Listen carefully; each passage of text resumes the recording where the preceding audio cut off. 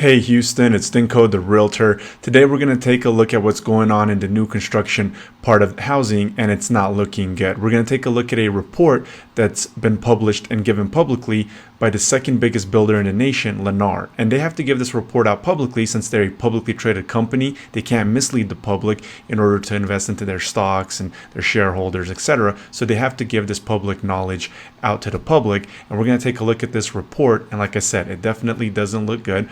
So let's take a look here and start real quick. Now, September 22nd of 2022, welcome to Lennar's third quarter earnings conference call.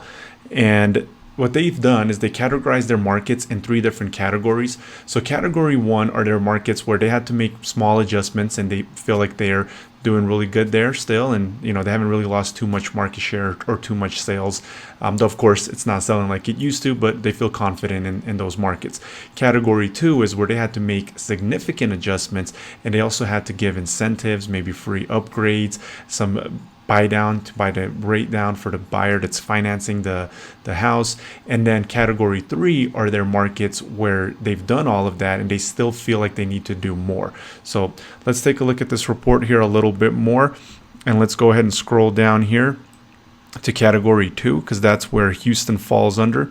That way we can kind of take a look at everything here. All right, and I've highlighted it, so just there we go. Category two, these markets, we've seen more significant adjustments to regain sales momentum. So this includes 22 markets. And then we see here that Dallas, Houston, and San Antonio are part of these markets. So what they've had to do, and then you might ask yourself, well, where's Austin at, right? Well, they're in category three. So all four major cities in Texas are category two and category three on Lennar's category list here. So that's definitely stuff to keep in mind. We're going to look at some more stuff here. So it just doesn't really look good for new construction. And actually just want to bring a personal story. I had a buyer. She was a seller first. She sold her house. I told her to wait. I said, hey, we sold in March. The market's going to correct itself. The data's showing that. You just got to give it some time. And in August, she actually had Lennar give her almost a 20% knockdown from what they were selling the house. So they had the house listed at $360,000. They dropped it to $320,000, and then she was actually able to get it for about $298,000. She backed out because she still thinks, based on the information I was giving her, that the market's going to continue going down. So if Lennar was that confident, why would they drop a price of a house 20% if they think things are going to turn around after the new year and they could just sell it at a much higher price? I mean, that's a huge loss, 20% for them to just drop the house down. Now, each of these markets, so Dallas, Houston, and San Antonio, the traffic has slowed down. We saw a pickup in cancellations. So people that were under contract see that the market's changing. They see that people are getting houses for less, so they're canceling. And in order to avoid that, Lennar had to work with their backlog, meaning people already under contract, and give them better incentives and adjust their price so that they don't cancel. Because that's what happened in July. July had the most cancellations of any month because when that correction happened, a lot of people were doing that. So they've been offering more aggressive financing programs, base price reductions, and or increased incentives to regain sales momentum.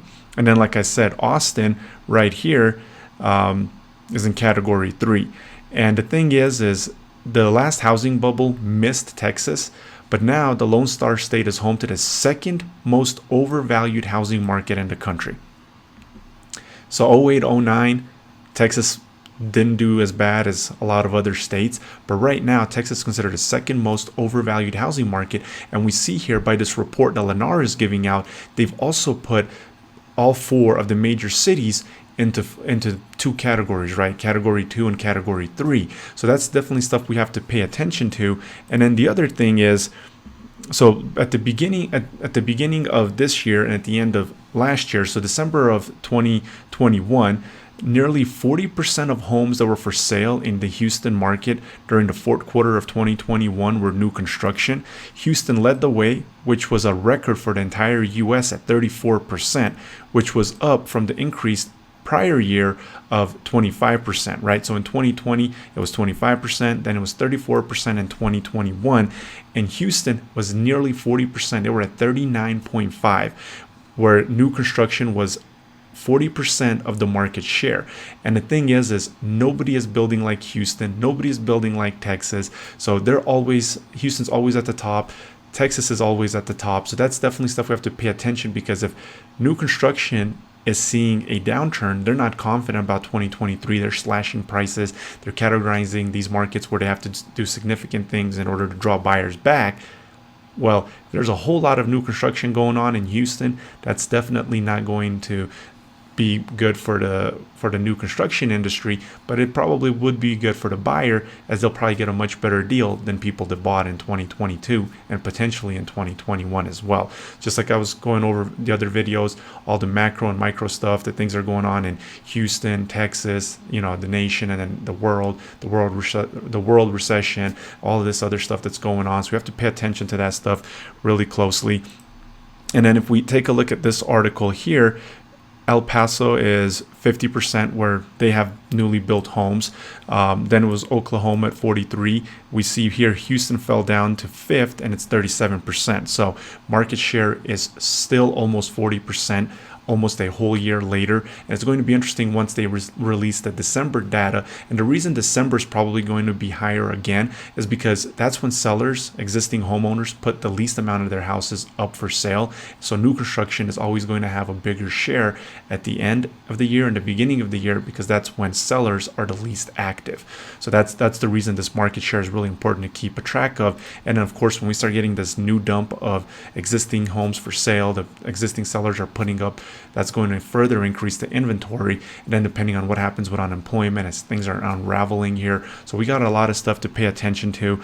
And then this is the stuff that I went over in my previous videos. So just want to kind of do a refresher. So the housing starts in the US rebound to the fastest pace since 2006.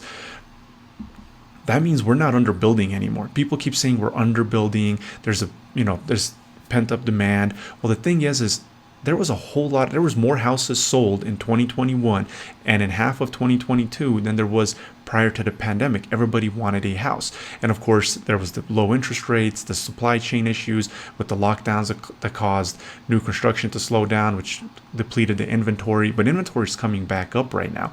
And new construction is actually pretty close to the levels that it was in that 08-09 bubble. So as we see the inventory starting to come back up at the beginning of the new year, it's January, February, March, and then April, May, June, July, you're going to see a lot of houses hitting the market, and we're going to see a lot of inventory. And as I showed in videos in the past, there's a lot of houses sitting on the market for 100 days, 200 days, and they haven't sold. So they're not even part of those statistics.